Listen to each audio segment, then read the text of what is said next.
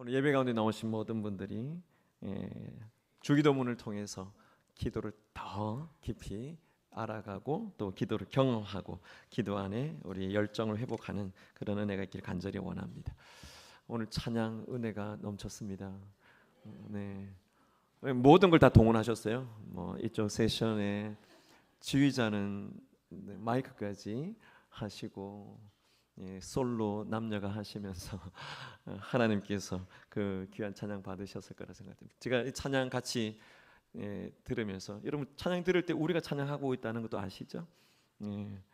주 예수 나의 산 소망, 이거 몇 번을 연습하셨을까? 이 찬양할 때마다 주 예수 나의 산 소망, 이 신앙 고백을 몇 번을 하셨을까? 아마 그 마음이 뜨거워졌을 거라 그런 생각이 듭니다. 아마 그래서 찬양대가 헌신하면서도 은혜를 받는 거 아닌가 싶습니다. 여러분, 사람은 인격적인 존재이기 때문에 일을 할 때 어떤 목적을 가지고 일을 하는 것 같습니다. 목적에는 크게 두 가지 종류로 나눌 수 있는데, 하나는 수단적인 목적이 있고요, 하나는 최종적인 목적이 있습니다. 예를 들어서 설명하면, 제가 배탈이 나서 약국에 가서 약을 사 먹는 경우를 생각을 해보면, 배탈이 나서 이제 약국을 갑니다. 약국에 가는 것이 최종 목적이겠습니까? 가는 그 자체가 최종 목적은 아니죠. 단지 제가 가는 것은 약을 사기 위해서 가는 것입니다. 약국에 가는 것이 약을 사기 위해서 가는 것인데, 그러면 약을 사는 것이 최종 목적입니까? 그것도 최종 목적이 아니죠. 최종 목적은 약을 사서 배탈이 낫게 하는 것이 최종 목적입니다. 이 배탈난 환자가 약국에 가서 약을 사서 최종 목적을 이루는 것은 완전히 약을 먹고 배탈이 깨끗하게 낫는 것입니다. 제가 예를 들어서 설명을 드렸는데, 여러분 우리의 인생도 마찬가지입니다. 이런 관점에서 보시면 내가 직장에서 일을 하는 목적, 또 우리 청년들 같으면 내가 결혼을 하는 목적, 자녀를 낳아서 양육해야 되는 목적, 또는 우리 학생들 같으면 내가 공부를 해야 되는 목적, 이런 목적들을 가지고 살아가고 있는데, 여러분 이것이 최종 목적입니까? 이 최종 목적은 아닙니다. 이러한 것들은 최종 목적을 이루기 위한 과정이요, 수단에 불과한 것이죠.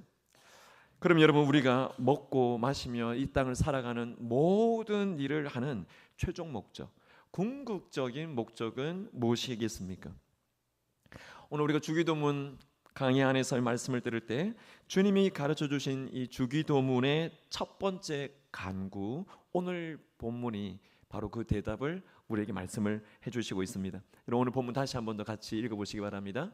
그러므로 너희는 이렇게 기도하라. 하늘에 계신 우리 아버지여, 이름이 거룩히 여김을 받으시오며, 이름이 거룩히 여김을 받으시오며. 지금 지난 시간까지는 서론, 호칭, 하나님을 어떻게 부를까? 하늘에 계신 우리 아버지요. 지난 시간 말씀이 기억나셔야 되죠.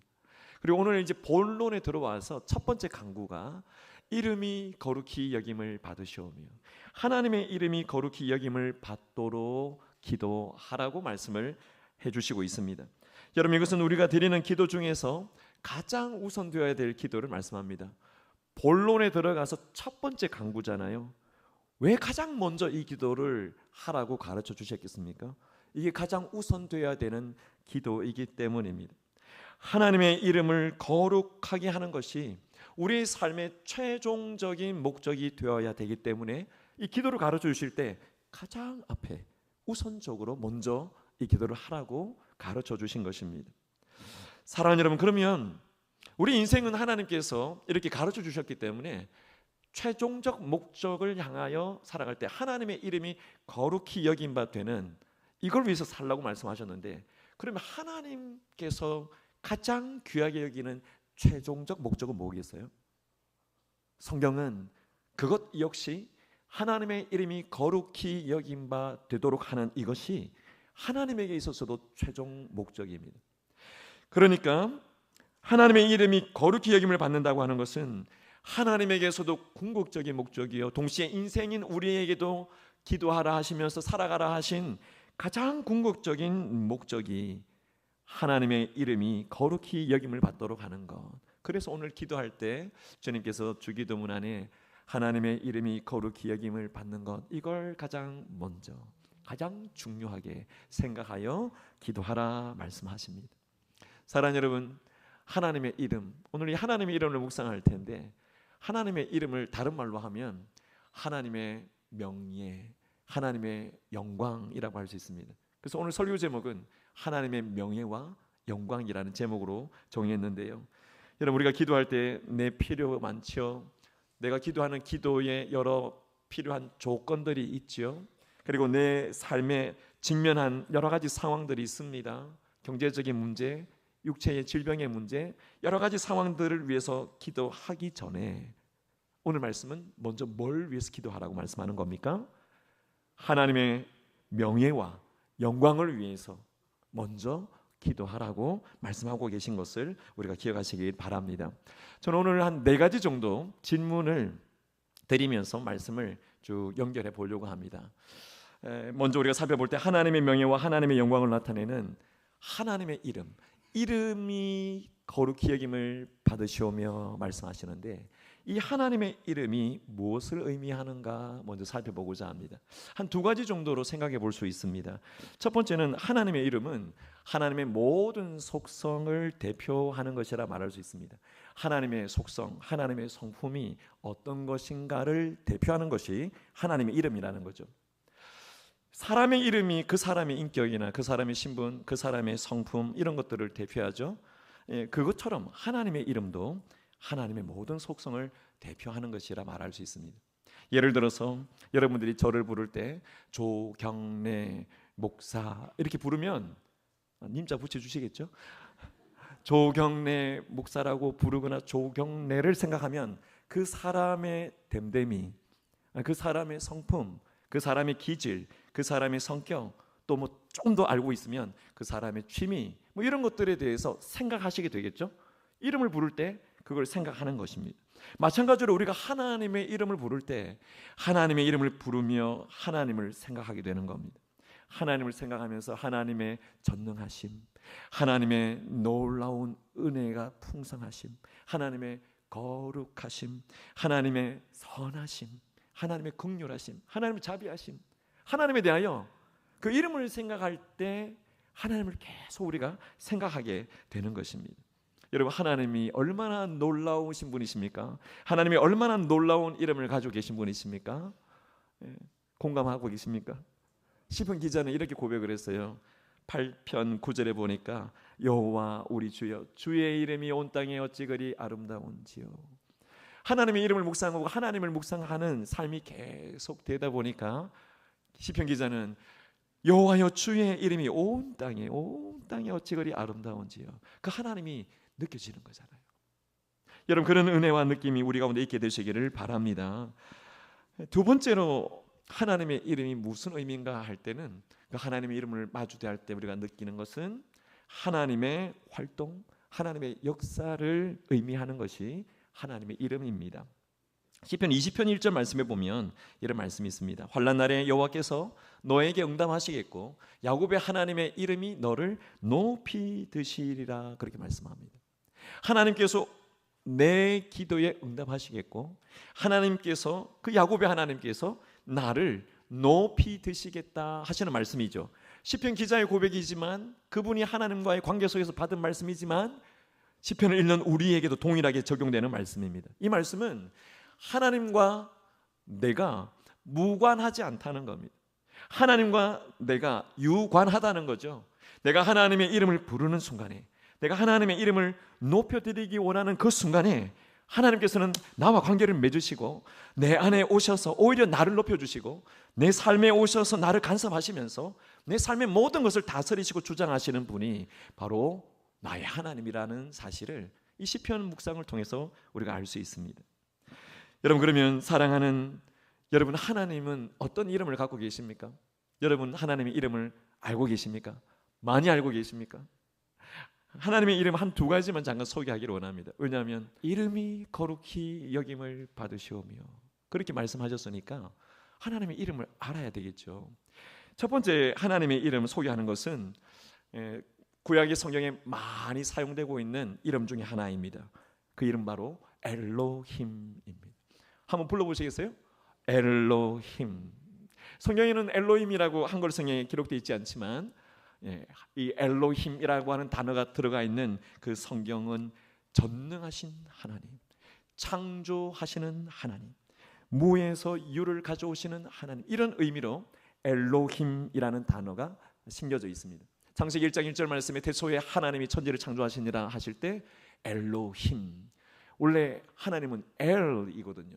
근데 복수로 엘로힘이라고 쓰시는 이유는 삼위 하나님께서 함께 이 땅을 창조하셨기 때문에 그렇기도 할 뿐만 아니라 삼위 하나님이 가지고 계시는 그 전능하심이 인간이 상상할 수 없을, 인간이 생각할 수 없을 놀라운 능력을 갖고 계시기 때문에 복수를 아무리 붙여도 부족하지 않다 생각해서 문법적으로 복수를 사용하는 겁니다. 엘로힘, 그럴 때 하나님은 놀라운 능력을 갖고 계시는 하나님이라는 사실을 우리가 꼭 기억하시기를 바랍니다. 여러분, 놀라운 것은 이 엘로힘 하나님을 만나게 되면 사실 하나님 갖고 계시는 능력과 하나님의 그 무한하신 창조의 힘은 사람이 흉내낼 수 없는 거잖아요. 사람이 모방할 수도 없는 것인데 그 하나님을 직접 사람이 만나게 되면 사람이 바뀝니다. 사람에게 변화가 일어납니다. 여러분, 우리 자녀들이 바뀌지 않고 변화되지 않아서 고민하고 있다면 기도해야 될 때 이름이 거룩히 여김을 받으시오며 우리 아이에게 기도하는 겁니다. 여러분, 성경의 인물 가운데 정말 간사하고 꽤 많고 죄 많은 사람, 아마 대표 인물 찾으라고 하면 야곱을 들 수 있을 겁니다. 여러분, 야곱이 얼마나 그렇게 간사한 삶을 살았습니까? 꽤 많은 삶을 살았습니까? 인생의 석양을 맞이할 때쯤에 어느 날 갑자기 자기의 삶에서 처음으로 엘로힘 하나님을 언급합니다. 이 창세기 43장 14절 한번 보십시오. 같이 한번 읽어보겠습니다. 전능하신 하나님께서 그 사람 앞에서 너희에게 은혜를 베푸사 그 사람으로 너희 다른 형제와 베냐민을 돌려보내게 하시기를 원하노라. 내가 자식을 잃게 되면 이르리로다. 여러분, 이전에는 야곱이 이런 말 하지 않았어요. 절대 자식을 잃은 것에 대해서 용납하지 않았습니다. 그런 일이 자기의 인생에 일어나면 안 되는 삶을 살아간 사람이 야곱 아닙니까? 그런데 지금 이 말씀은 애굽의 총리로 가 있는 요셉이 자신과 한 배에서 난 형제 그 베냐민이 같이 형제들과 있지 않는 것을 보고 가서 내 형제 베냐민을 데려오라고 그 볼모로 시몬이라고 하는 다른 형제를 잡아놓고 형제들을 다시 이스라엘을 보낸 겁니다. 그리고 아버지 야곱에게 베냐민을 데려가지 않으면 안 될 상황이 됐습니다 라고 할 때 이 베냐민을 떠나 보내는 야곱의 심정을 고백할 때 이 말을 한 겁니다. 전능하신 하나님께서 하나님을 부른 겁니다. 여러분, 야곱이 변화된 겁니다. 이전과 다른 고백을 하는 겁니다.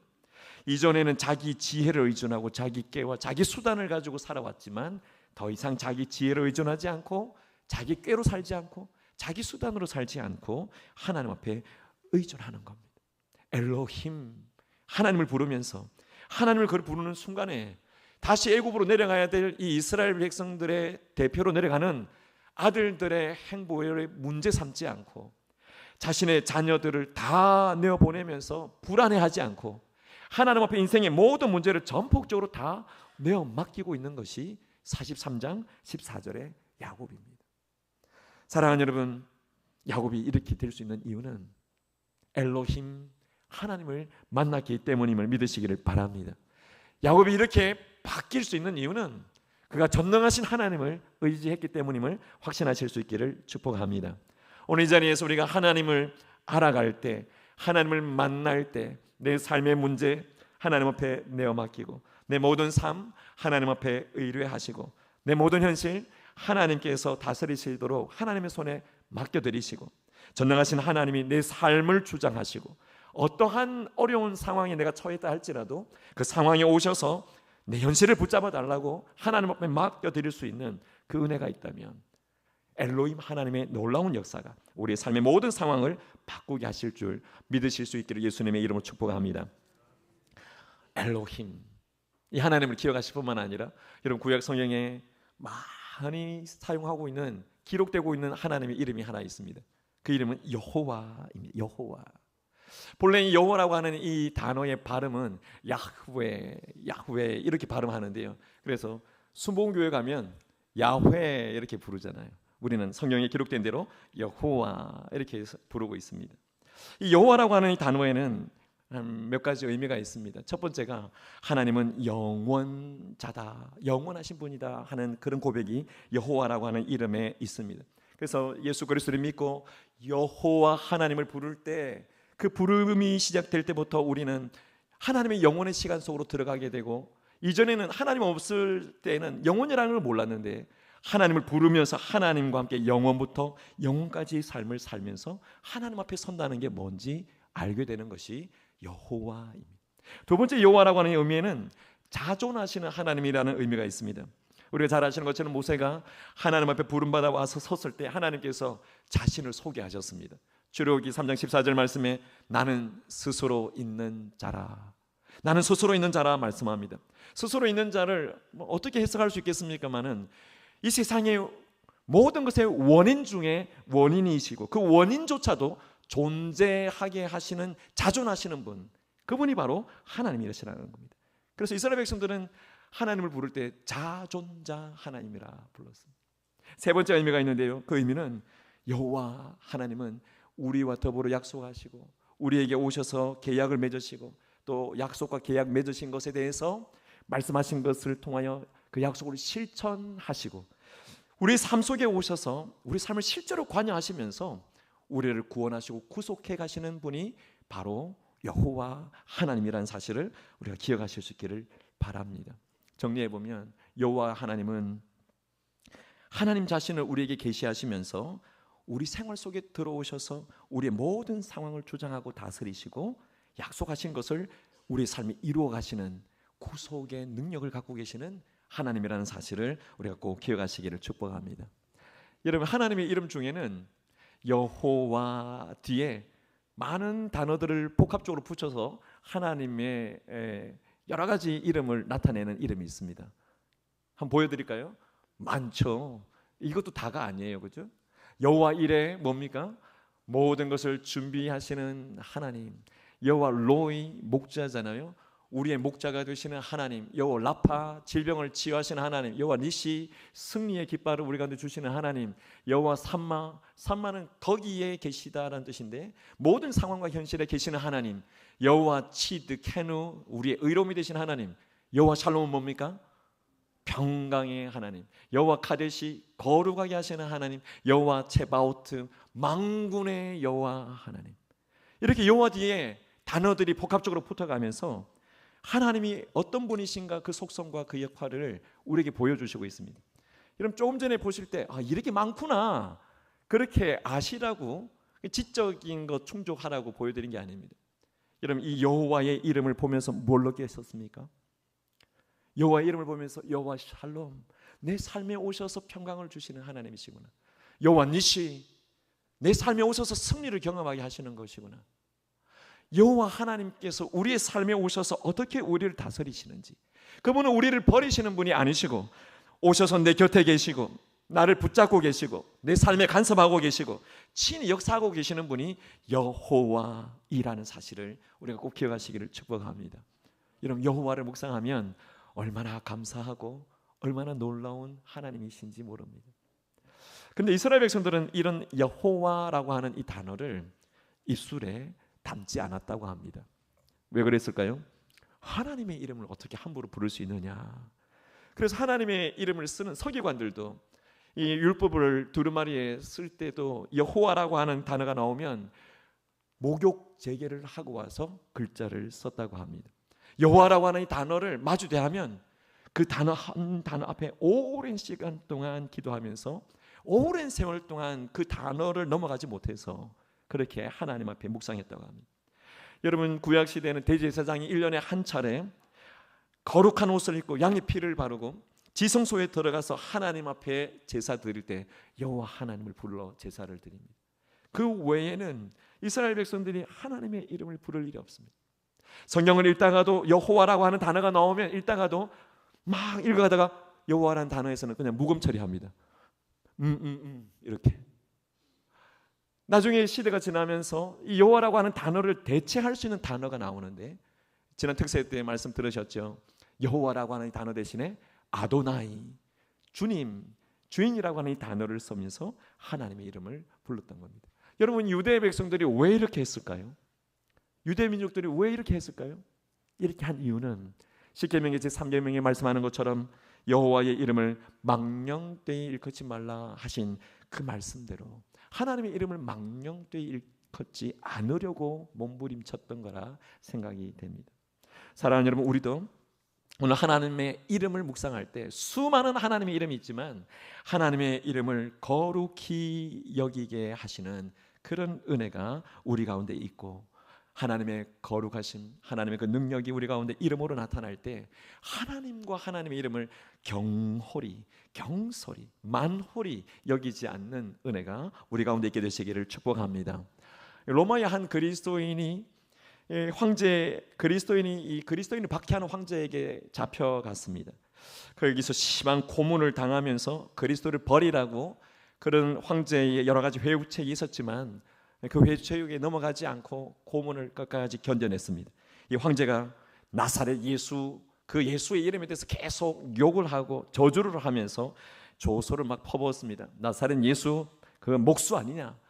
그런 목수가 그런 목수가 어떻게 인간을 위해서 와서 구속 사역을 할 수 있느냐? 말도 되지 않는다. 그러면서 입에 담지 못할 욕을 계속 예수님에 대한 욕을 했습니다. 그렇게 예수님에 대해서 욕을 퍼붓고 이 황제가 그리스도인에게 비아냥거리서 이야기합니다.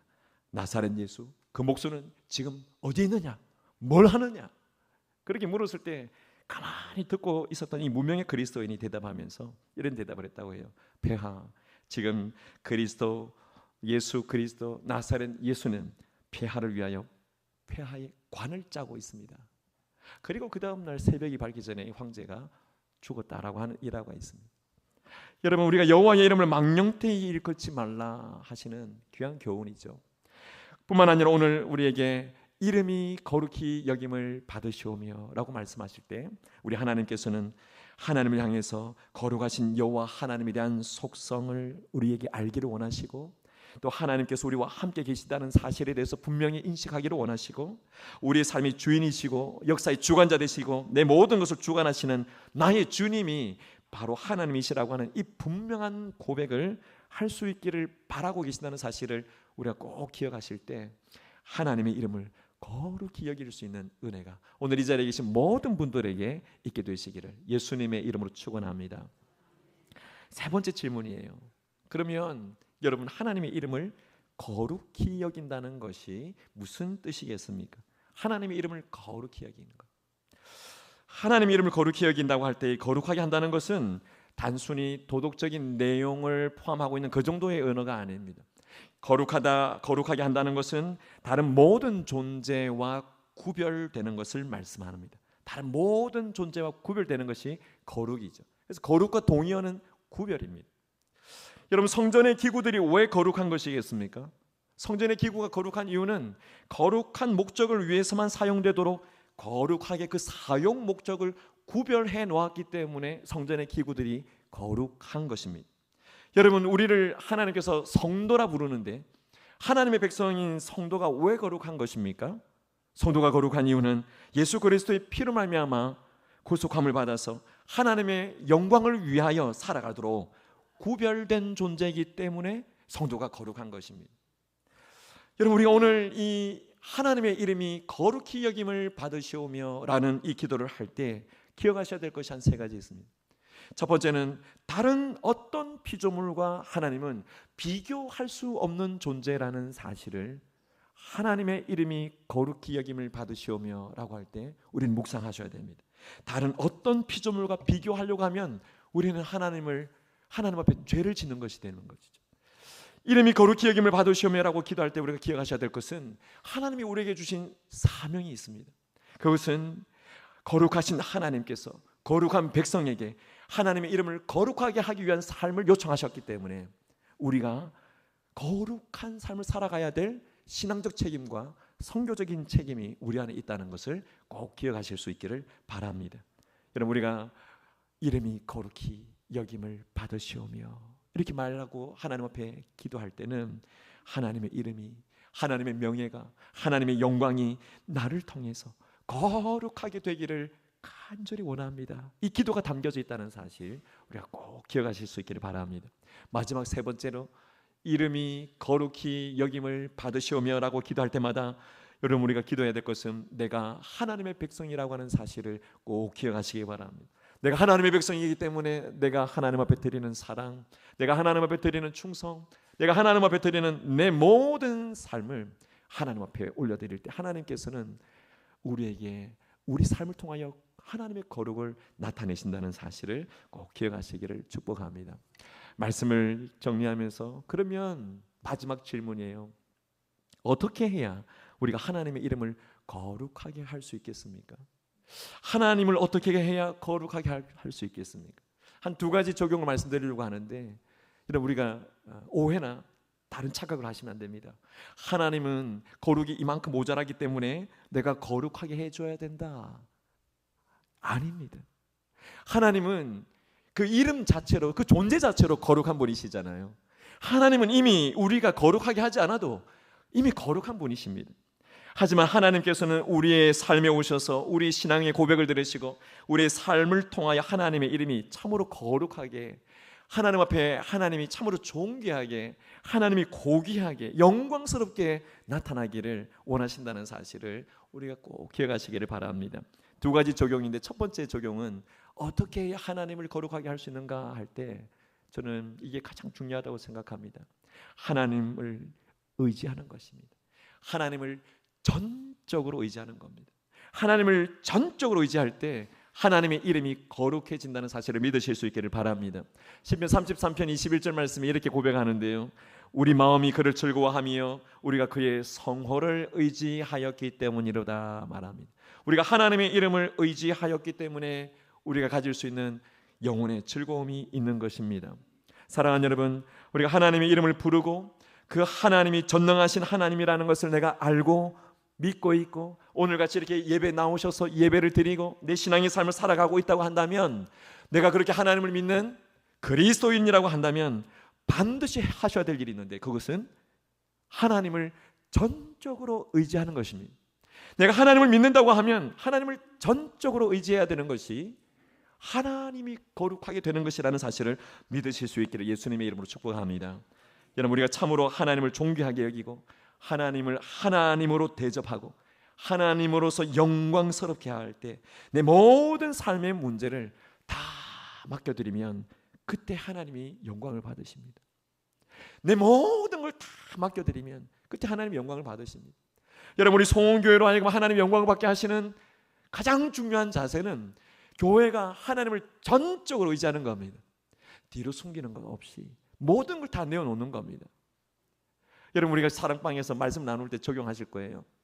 내가 하나님을 의지하고 있는가, 의지하고 있지 않는가 그럴 때 순장님이 물어볼 겁니다. 하나님을 어떻게 의지하고 계세요? 당신의 삶에 무엇을 의지하고 계세요? 할 때 제가 하나님 앞에 예배 잘 드리고 있고요, 11조도 잘하고 있고요, 뭐 필요한 거 하나님이 원하시는 거 제가 순종 잘하고 있고요, 이렇게 하나님 앞에 감사의 거리도 내어놓을 수 있지만 아마 우리 양심에 내가 내어놓지 못한 것들, 하나님 앞에 의지하지 않은 것들이 분명히 있을 겁니다. 하나님 그것까지도 내어놓기를 원하십니다. 그것까지도 전적으로 하나님 앞에 의지하기를 원하고 계신다는 것을 우리가 꼭 기억하실 수 있기를 바랍니다. 여러분, 사도 바울이 하나님을 의지할 때 어떻게 하나님 영광 받으시는가에 대해서 아브라함이라고 하는 믿음의 조상을 공부하고 신학 가운데 정리한 로마서의 말씀 한 절이 있는데요, 너무나 귀한 말씀입니다. 같이 한번 읽어보십시오. 믿음이 없어 하나님의 약속을 의심하지 않고 믿음으로 경고하여져서 하나님께 영광을 돌리며, 믿음이 없어 하나님의 약속을 의심하지 않았다고 했습니다. 반대로 믿음이 경고해서 하나님께 영광이 되었다고 말씀합니다. 아브라함에 대한 이야기입니다.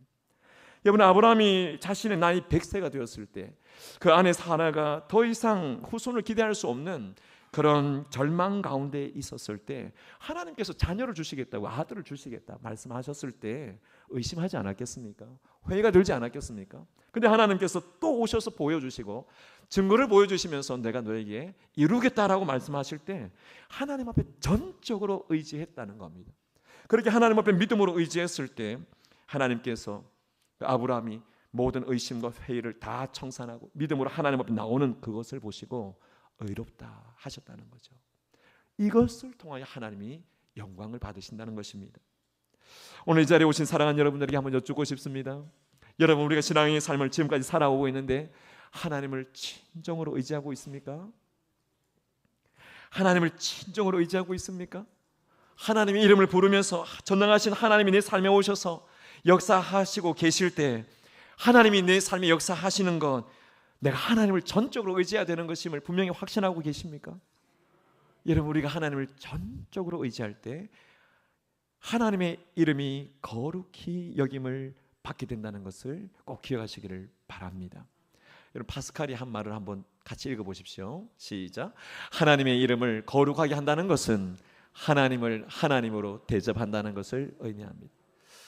여러분, 우리의 양심의 손을 얹고 기도하면서 하나님 앞에 이렇게 기도하면 어떤 마음이 들지 모르겠어요. 하나님, 제가 정말 하나님을 하나님으로 대접했습니까? 하나님을 내 삶의 주권자로 제가 대접했습니까? 하나님을 엘로힘이라고 불렀는데 정말 제가 하나님 앞에 그렇게 하나님 대접했습니까?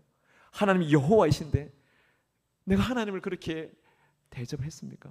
그럴 때 오늘 우리를 돌아보게 하는 마음의 감동이 분명히 있을 겁니다. 오늘 이 자리에 오신 사랑하는 여러분, 우리가 하나님을 하나님으로 대접할 수 있는 은혜가 있기를 바랍니다. 그럴 때 하나님께서 영광을 받으시고 하나님의 이름이 거룩히 여긴 바 되는 은혜를 우리에게 주시는 거 기억하시면서 오늘 마음에 한번 다짐하십시오. 내가 하나님을 전적으로 의지하는 신앙의 삶을 살겠다 결단하심이 있기를 축복합니다.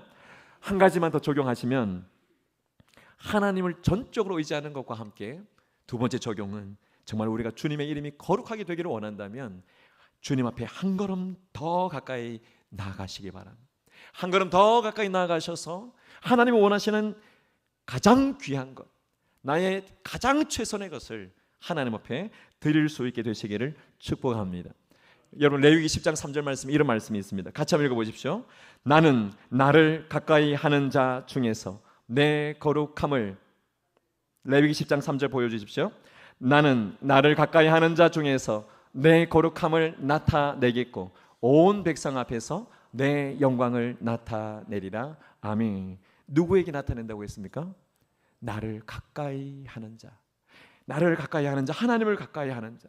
여러분, 주님과 가까이 나아가고 주님과 교제하고 내 신앙의 삶에서 하나님을 소중하게 여기는 흔적들이 여기저기 많이 일어나게 되고 내 삶에서 하나님을 소중하게 여겨서 하나님과 동행하고자 하는 삶의 시간들이 많으면 많을수록 하나님 앞에 한 걸음 더 나아가면 나아갈수록 하나님께서 하시는 말씀은 나의 거룩함을 너를 통해서 나타내겠다, 나의 영광을 너를 통해서 나타내겠다 말씀하시는 것입니다. 오늘 이 자리에 오신 모든 분들이 내 삶과 하나님의 거룩함과 영광을 나타내는 그 삶을 놓고 하나님 앞에 나오셨을 때 내 삶을 더 중요하다 여기지 않고 하나님의 영광이 나타나고 그의 거룩이 나타나는 것을 더 중요하게 여기시는 그런 은혜가 있게 되시기를 예수님의 이름으로 축복합니다. 여러분, 그렇게 하나님 앞에 더 귀하게 가까이 나아갈 때 하나님께서는 우리의 모든 것을 바라보고 계십니다. 우리에게 더 귀하고 더 최선의 것을 하나님 원하고 계십니다. 어떤 대학생에게 전도하는 전도자가 이 대학생 전도하고 싶어가지고 그렇게 열심히 복음을 전했는데 대학생이 아무리 말을 해도 예수를 믿지 않는 겁니다. 이 대학생이 하는 말이 내가 나이를 많이 먹고 늙으면 그때 예수 믿겠노라고. 제가 이 젊은 시절에 누려야 될 거, 엔조이 해야 될 거 이렇게 많은데 어떻게 내가 이 청춘을 예수라고 하는 사람한테 다 맡길 수 있겠느냐고 그러면서 거절을 하는 것입니다. 이 전도자가 눈물을 흘려가면서 간절히 전했는데 그렇게 복음을 받아들이지 않더니 어느 날 이 대학생이 병원에 입원을 했습니다. 병원에 입원한 이 청년에게 전도자가 꽃다발을 하나 보냈습니다.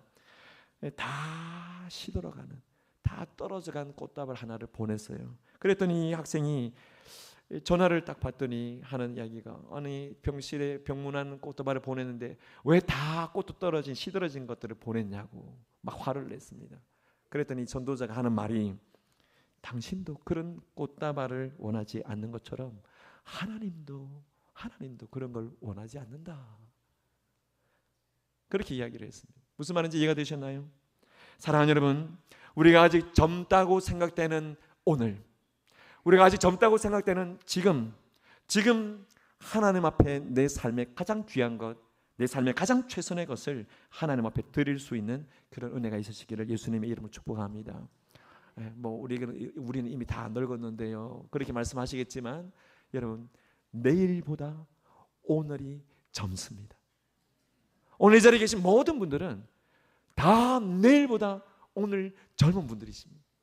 하나님 앞에 내일보다 오늘 덜 시들었기 때문에 가장 좋은 오늘을 하나님 앞에 드릴 수 있는 우리 모든 성도님들이 되실 수 있기를 예수님의 이름으로 축복합니다. 말씀을 정리하는데요, 하늘에 계신 우리 아버지여, 이름이 거룩히 여김을 받으시오며, 하나님의 이름이 거룩히 여김을 받으시기를 원하는 그 기도 우리에게 원하실 때, 여러분, 우리의 삶에 하나님의 명예와 하나님의 영광이 나타나도록 전적으로 하나님께 의지하고 하나님 앞에 더 가까이 나아가시고 그 하나님 앞에 내 가장 귀한 것, 내 가장 최선의 것을, 가장 좋은 오늘을 드릴 수 있는 여러분들 되시기를 예수님의 이름으로 축원합니다. 우리 가슴에 손으로 감아 기도하겠습니다. 하나님 아버지, 하나님의 이름이 거룩히 여긴 바 되기를 원합니다. 하나님, 우리를 통하여 하나님의 그 이름과 영광이 온전히 나타나기를 원합니다. 하나님만을 전적으로 의지하게 하시고 하나님 앞에 한 걸음 더 가까이 나아가게 하셔서 하나님이 원하시는 가장 귀한 것, 가장 최선의 것을 주님 앞에 드릴 수 있는 우리 송원교회 모든 성도님들 되게 하여 주옵소서. 예수님의 이름으로 기도하옵나이다. 아멘.